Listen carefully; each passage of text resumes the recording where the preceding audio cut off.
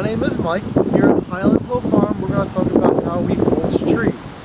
And the first place we start at is out here in the woods to give it a good idea of how trees grow naturally with its own type of mulch. On the ground you can see there's a bunch of leaf litter, old leaves that fell off the tree. We're actually in December right now, and you can see that there's lots of leaves on the ground, and the leaves are the tree's mulch.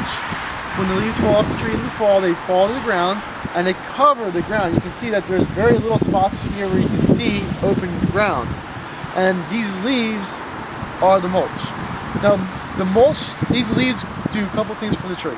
First thing is it insulates the ground so that the roots do not have to pre-stall. Secondly, when the leaves break down, they create an organic layer on the surface. It's called the over-horizon in the soil. So, if you dig down through forested soils, most forested soils have an O layer. And that's just because these leaves, when they break down, they turn black, and that black layer is the over-horizon.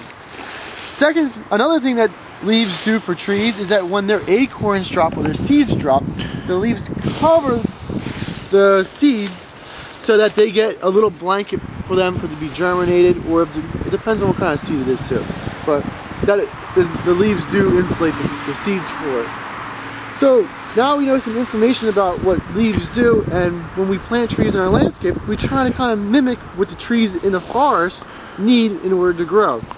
So when we make beds in landscapes, we usually try to make beds where the root zone is for the smaller tree.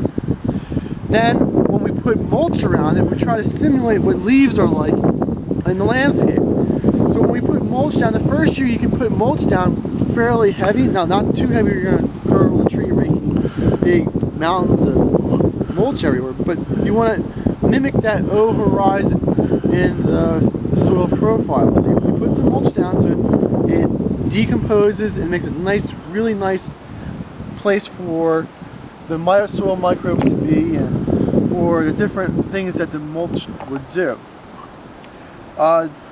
Every year after you put the first layer of mulch down, you just want to add just enough mulch to just make a new covering to it. You don't need to be adding inches and inches of mulch, because that's actually really bad.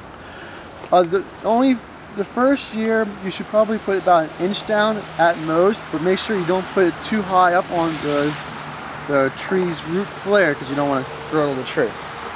And yeah, that's right. You can see right through here that the roots are coming out, and that's the way you want to try to mimic it in landscape.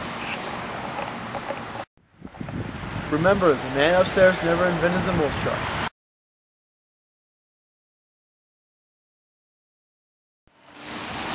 Here at a parking lot, you can see an oak tree, and we're just taking a look at the mulch bed around it. I do like the mulch bed. You can see that it's not too much mulch. You can see some of the dirt coming through.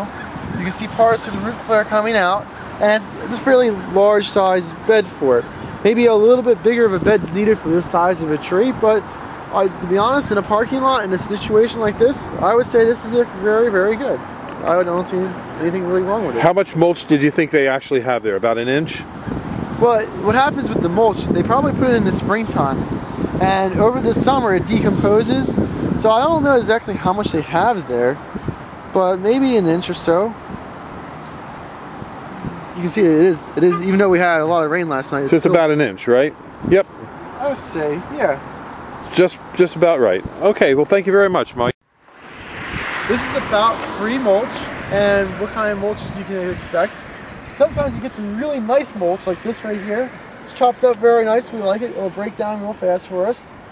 And if you look over here, sometimes you get some real stinkers where they don't even do all the work. So when you get free mulch, just beware, because sometimes it's not always as nice as you think it's going to be.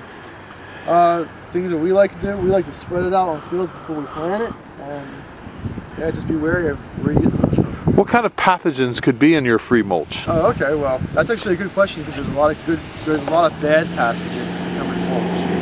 The most notorious one is a disease that attacks maples.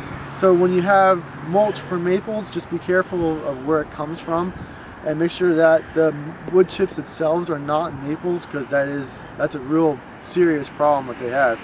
You can have a healthy maple in your landscape, and you put mulch around it, you could actually be infecting that tree and dooming it to die, and dooming any other maple in the soil whose roots can grow into that soil where the mulch is at to die for the next 7 years. So if you have maples, be wary about where the mulch. Leyland cypresses are a fast-growing evergreen with fine, leathery, soft green pointed needles on flattened branches. The needles turn dark bluish green in maturity. It matures to a noble, dense pyramidal outline. It tolerates many soils and should be planted in full sun. It grows to 60 to 70 feet with a 15 to 25 foot spread in zones 6 through 10. It does, however, live and thrive in shade, but it will be a weaker, more open form. We like to plant the Leyland cypresses between 5 and 8 feet apart. 8 feet is the best separation for the Leyland cypress. We like to also trim it to a single leader. If it's a wet and windy location, this plant will probably fail because its root system is not conducive to staying in wet soils with windy conditions. We deliver this plant in 3 forms. We can have seedlings, bare root seedlings, potted plants, or large balled and burlapped trees. We also can install for you. So give us a call at 215-651-8329 for your Leyland cypress.